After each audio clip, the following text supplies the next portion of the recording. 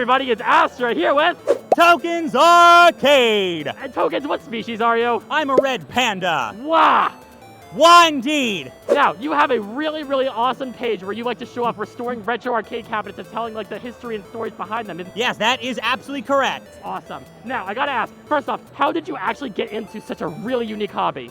Well, I always loved arcades as a kid. I mean, I love retro tech and retro, even not even just retro gaming. I love retro tech in general, but the thing about arcades is they're a little more mysterious than other forms of retro tech. If you have nostalgia for an NES, how do you relive that nostalgia? You go and buy an NES on eBay. Arcades, where do they come from? Where do they go? No one owned an arcade machine. You play it at a movie alley, a bowling alley, at an actual arcade, and then they disappear one day. I played that game as a kid. I want to relive it. How do I do that? Well, you just kind of look on Craigslist one day and you see like, wait, you can just buy an arcade machine? As I learned when I was in literally freshman year of high school, I found a Mortal Kombat 4's empty cabinet for like $75. I talked to the guy there. I'm just like, what if I could use my old laptop to like kind of make one? That'd be kind of cool.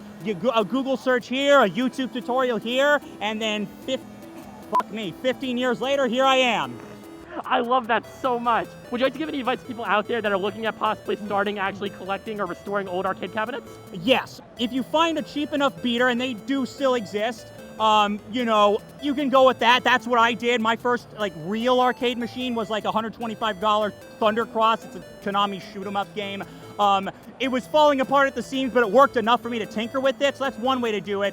Alternatively, if you really want to get to the nitty-gritty, look on Amazon. There's a thing called the iCade 60-in-1. It is a JAMA board, a real arcade board with 60 built-in games in it, your Pac-Man, Galaga, the essentials. And it's $50, and you can find all the parts to literally build your own arcade machine with a JAMA harness, think the USB connector for arcades, and you could probably build an arcade machine functional in a shoebox for $100, $150, depending on what you shop. That's a good way to learn the parts and get to know them. Plus, it's very customizable. I love that so freaking much. Can I please get a hug token? Absolutely. Yeah. Whoa. Is we communicating? Are we bilingual? Something like that. Wah? Bilingual. Wow. Wow. Alrighty. Hey, everybody. Oh, wow, that was really bad.